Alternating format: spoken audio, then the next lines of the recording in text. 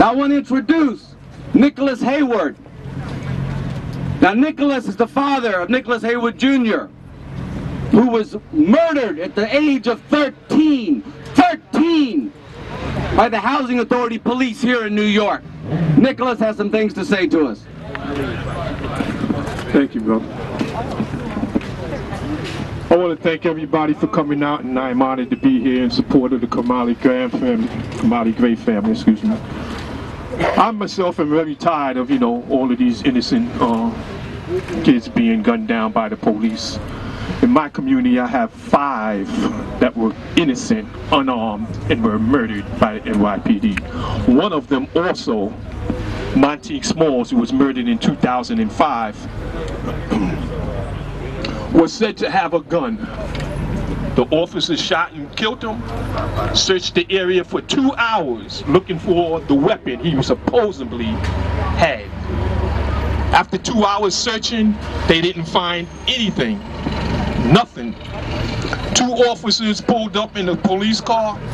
One of them stuck their hand into the grass fence where the Monteith Smalls was laying at, and they pulled out a weapon. And I tell you honestly today that I honestly believe that that weapon that Kimani Graham, they saying Kimani Graham had, looked at almost identical to the one that they claim Monteith Smalls had. My son was killed 13 years ago playing with some children. They all had plastic toy guns. None of them looked nothing like a real gun. Orange, blue, yellow. But yet they still gunned him down. Even after this officer seen the kids playing from a distant roof. He seen them, he witnessed the kids playing. He came down from where he witnessed them at into the building where they were playing at and shot and killed my son. What happened in that case? The same thing that happened in all of these cases. They get away with murder. Now, how long are we going to accept and tolerate the lies that they continuously tell us and justify case after case after case? Kimani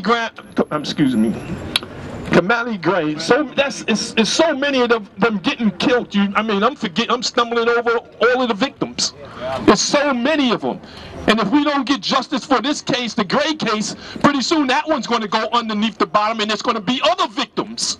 You might be standing here right now. I done been to too many funerals for innocent victims gunned down by police. I am still fighting after 18 years for justice, for them to bring the officer who murdered my son to justice. That's right. He walking free. Now, I don't want the Gray family to be just like me 18 years later and still fighting for justice. Hell no.